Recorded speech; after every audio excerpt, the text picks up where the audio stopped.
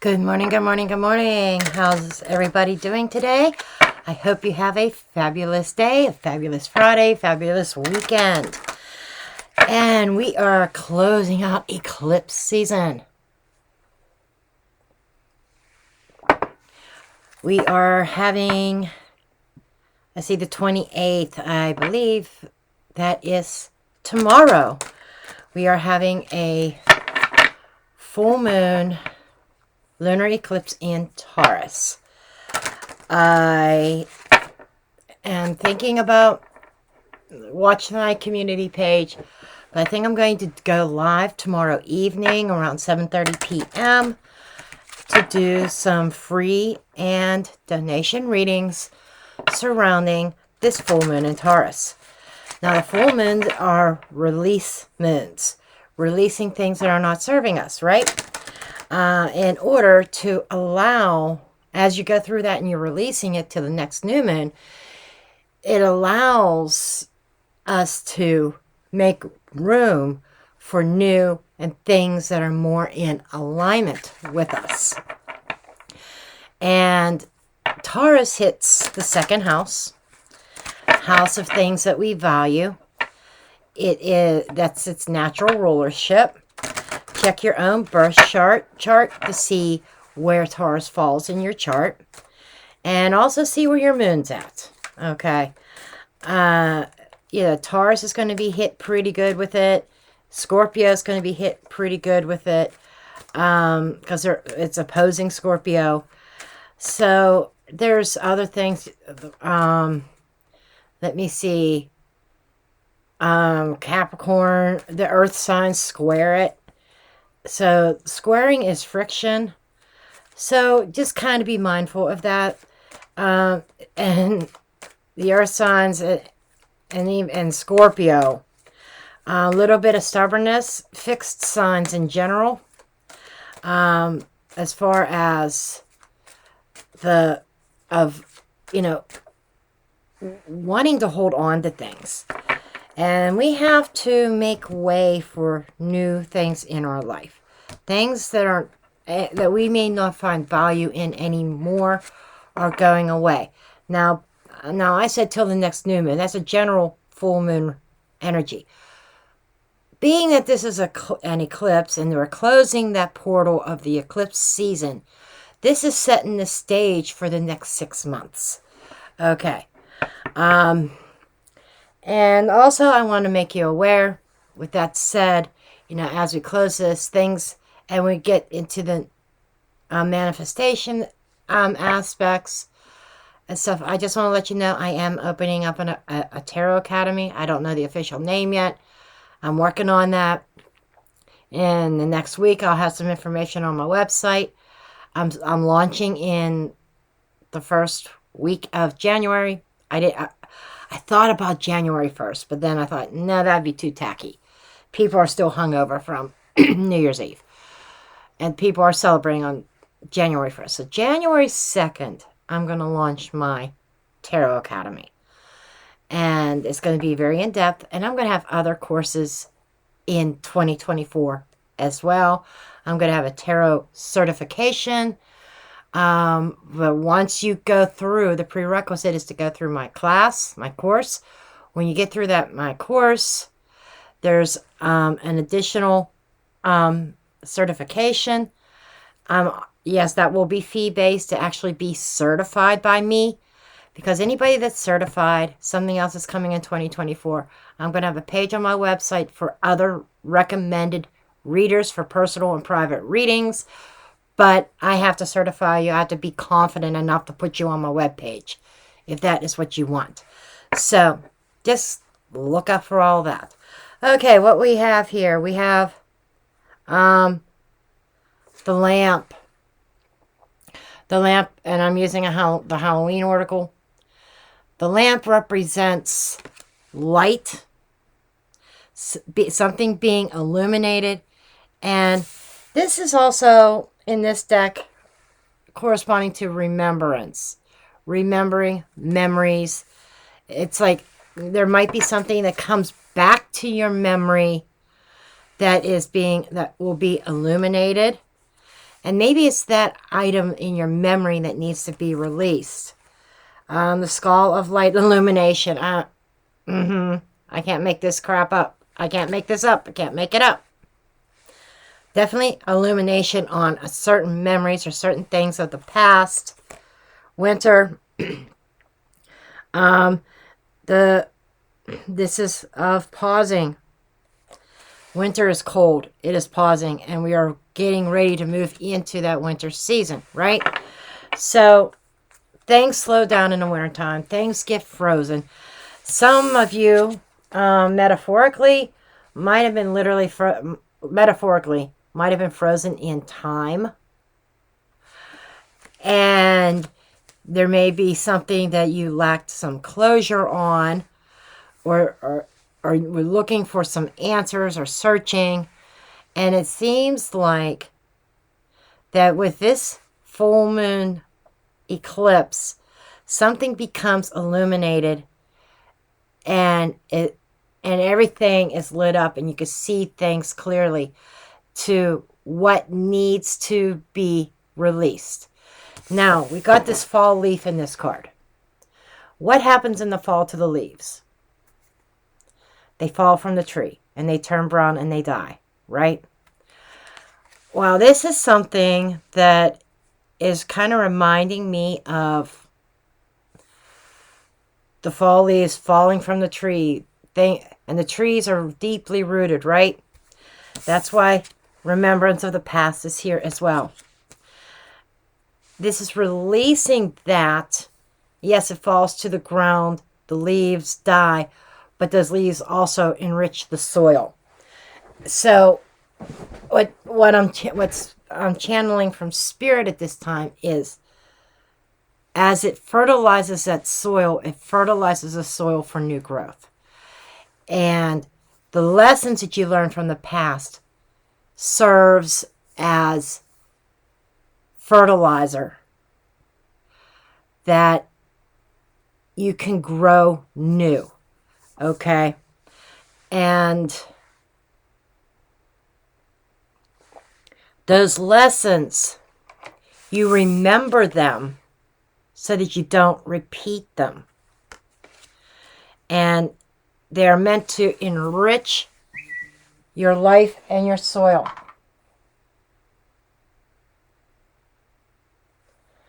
Okay? That was powerful.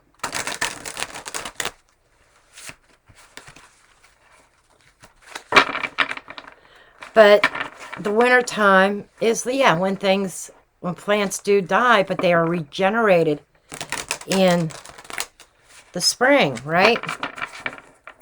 So I just feel like that there is a time coming that something from the past becomes very crystal clear, and you're shown the way of release.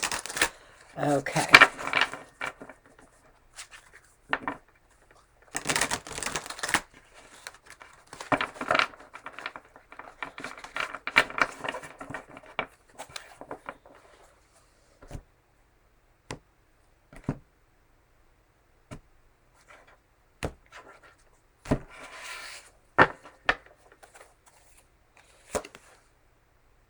Ace of Wands. Now the Wands represents springtime. Keep that a pin in that. The Knight of Pentacles. Eight of Cups. There you go.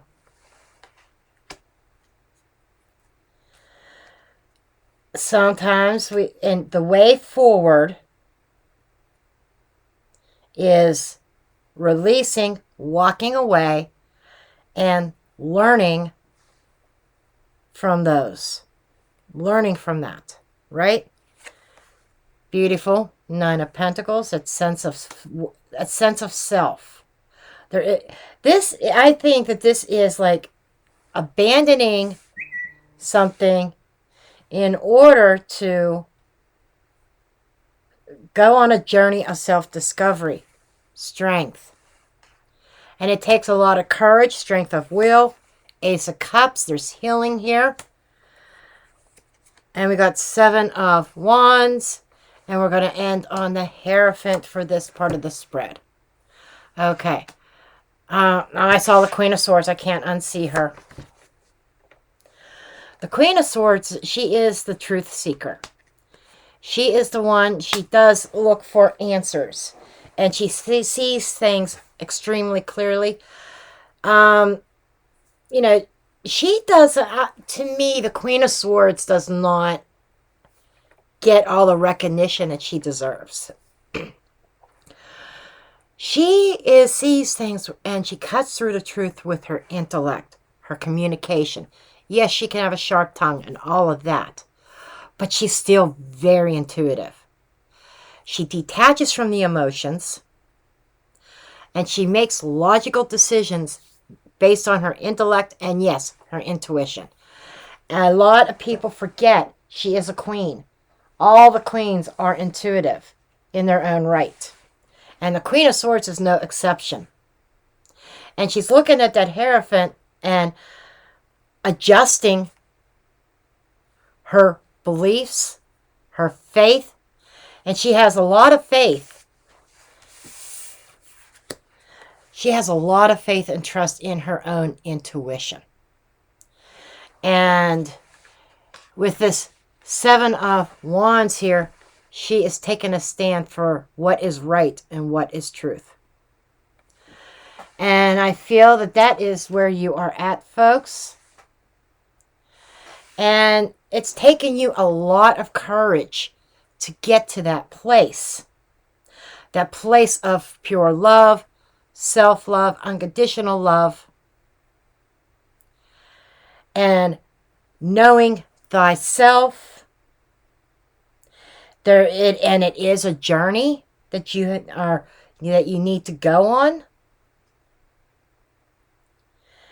And I feel that when you go on this journey along the way, you become really inspired. And it opens up new doors, new beginnings. And the Queen of Swords in you is saying, it's about time. Duh! It's about time that we get moving in this direction. There's the memories, the Six of Cups. Memories of the past. The window, this is the window to the past being illuminated. Wow. Okay, thank you, Spirit, for that. But we have the Six of Cups here. And the Fool. Judgment.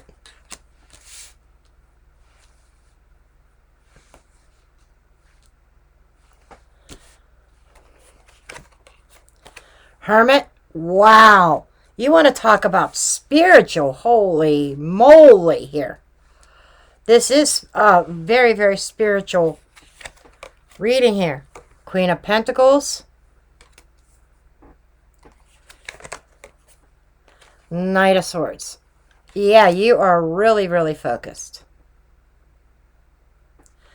Okay. Let's get right to this. Okay. Okay, we'll move it over here. Okay, dead center. The Fool goes on a new journey and opens up a new chapter. This is that spiritual journey that I was talking about and leaving what you knew of the past in the past. You still have the memories and that illumination. It definitely feels like there is something from the past that is cropping up. That's something that you may not have closed out completely yet. The Fool is saying, I'm free. This is freeing yourself from something in the past. Okay. And that thing in the past, comes from a lot of alone time, a lot of introspection. You were drawing on your inner knowledge, your inner knowing. And this feels correct to you. So, and this is the Hermit goes within himself to learn about himself and learn about his environment. He goes in within to reflect, This is solitude. This is alone time. So some of you are retreating within yourself and kind of cutting, I'm not necessarily cutting yourself off from the world, but maybe certain situations, certain places, things like that, that you are, there is a withdrawn effect here. And it might have be something that is coming up here that is triggering this. Because you have been in that comfort zone, holding on to that pentacle, being comfortable, taking care of business. You know, the Queen of Pentacles is somebody who is very nurturing, very motherly. She is loving. She is practical and very grounded. And I feel like this knowledge is coming from that space as well. A very grounded space. And whatever this... and then you might have been in that little... I want to say there might have been a little bit of complacency here. Because we got into this comfort zone and maybe didn't realize that there needs to be a change. That there needs to be a new journey, path, that something needs to be released. And that's where that complacency comes from. Maybe not realizing that. Being so involved in the 3D, the day-to-day routines, that we weren't really paying attention to our spiritual self, what is helping us thrive and what is holding us back. Because we have, the environment is about the judgment. Some of you may feel like that maybe you were being judged, and that's where some of the Seven of Wands is coming in, always defending your position. But you know, when I said that there was this release, these people are being released from their grave.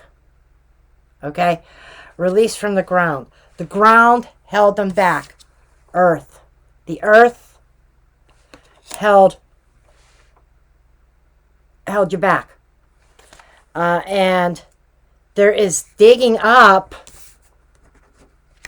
the past in order to heal it. And so that you can go on that spiritual quest of self-discovery. And the Knight of Swords brings change. Big change. Swift action. Okay? He is very mentally focused. He or she. Mentally focused on their future. This is in the future orientation. Okay? And ready for battle. That kind of tells me, that little tidbit, that you are going to receive resistance. Because those who are asleep, who are not awake, are not going to understand this spiritual quest that you are going on, or this quest of self-discovery. So people are not going to understand it. And the Knight of Swords, to me, is a lower vibrational energy. Not as intense, in other words, as the Tower, but very similar energy as the Tower. Because the Knight of Swords is a force to be reckoned with. The Knight of Swords wields that sword and cuts shit down along the way, clears the path. He clears the path. So it's not like that real sudden change, but he's moving through, clearing things out very quickly. It's not everything at once like the Tower, but it's a very similar energy that as he goes along his path, he's clearing things out, he's cutting things away, and very, very focused on his destination.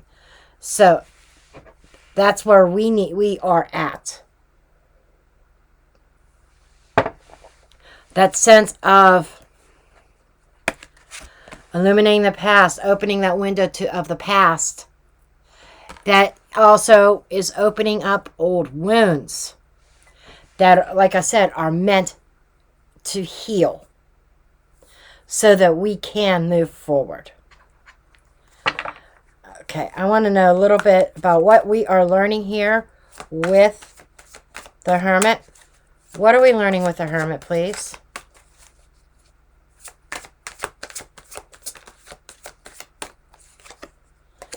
Two of Cups, about our partnerships. Five of Swords. Ten of Cups. Okay, I am not pushing this on anybody else. Spirit said this is very much about the self, this reading. This is very much about releasing old patterns. And that's what we have here. We are being called. What we are learning. We're learning about ourselves. What are our actions that we do that sabotage relationships, friendships, business partnerships, partnerships in general. But this is like an emotional tie. What are we doing here that we sabotage our partnerships and that is keeping us from our Ten of Cups? That is what we are learning. That is how we got here to begin with. That is where some of this illumination comes from. We are becoming awake and very much aware that there are certain people, places, things, patterns that we need to release.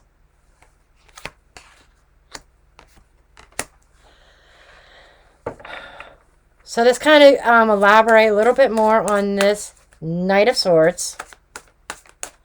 Where's the Knight of Swords going? Abandoning. Five of Pentacles. Four of Cups. Wow. Eight of Wands. Yeah, you are on a mission. Absolutely. Holy cow. This is abandoning something unfulfilling that rather quickly. This is on the move. These are changes. It's like the portal. As we close this cycle, this eclipse cycle, it is propelling us forward and abandoning or leaving behind things that are not for us anymore. Things that are not satisfying. Things that are not, things that were not making us happy. Unhappy situations. And this is a rejection of a cup. Rejecting old patterns. Fours do represent another thing. It's not just stagnation or security, but fours are patterns as well. And certain emotional patterns with our relationships. We're abandoning that. And we are moving forward quickly. Wow. Wow, wow, wow, wow. Spirit's talking to somebody. Let me see. Let me get if there's any last parting. Okay. Put this deck down.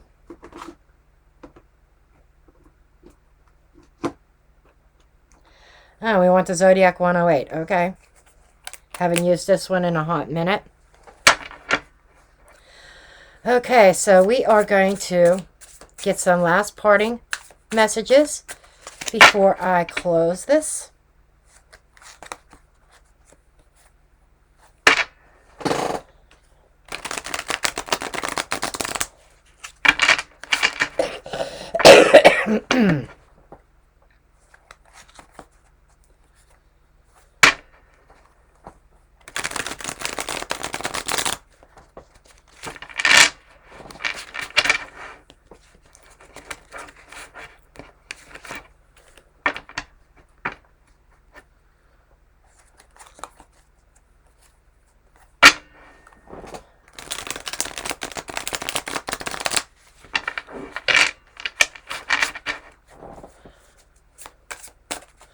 Okay, any last parting messages, please?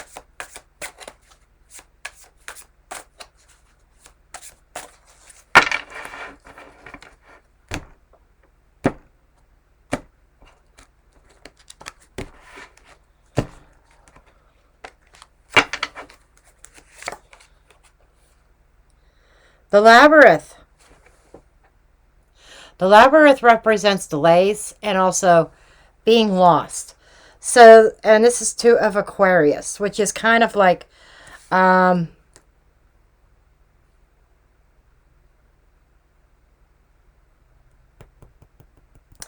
hearing again about that partnership duality. Aquarius is air. February 2nd. I know that's Groundhog Day in the United States, but I'm just saying there's something about February 2nd. Put a pin in that. Remember that date. But there's something, some kind of complex situation that you've been in, as you've been trying to find your way in. Empty nest. Moving on. This is the completion of the cycle. You know, you hear that saying, the empty nest syndrome, when the kids go off to school and college or move out, get married, have a family of their own. I'm not feeling that, so don't jump to that. I'm just feeling like moving on. Okay. Some of you, we've been trying to find our way in order to move on. And that is a 10. That is completion. So we are closing out a cycle. One more card. Anem Cara. This is unconditional love. This could be soulmates, you know, uncommon bond, devotion. But I am seeing this more as the unconditional love. And I already mentioned that also. And I'm feeling like it also brings about a sense of healing. And this is healing from a situation, but we're finding our way through that. And by the way, 16 is the number of the tower, and the star follows. And I feel like you know, I kind of briefly mentioned the tower, but it feels like it's not a sudden tower. It's just layer by layer, the tower has been falling. And it is to make way. It's breaking down the old ways of doing things, our old habits, and like I said, our old patterns, and allowing us to rebuild. The tower falls when it is built on a false foundation. And it's giving us another chance, and with the star that follows, guiding us on a new star path. And part of that star path, and this is also 6 of Taurus, by the way, it is involving this closing of the eclipse season, like I've mentioned. And this is having unconditional love for self, and yes, even others. But I'm feeling like it's that self-love energy, finding that healing energy within us, and allowing us to have a brand new start, that we could close old cycles that are not for us anymore, and we could forge a new path. Okay, I am going to leave you there. I love each and every one of you. And I will see you all in the next reading. This weekend, there will be a lot of client readings going out. I have several orders I'm going to be fulfilling this weekend. So just be mindful of that. Till next time, love and light.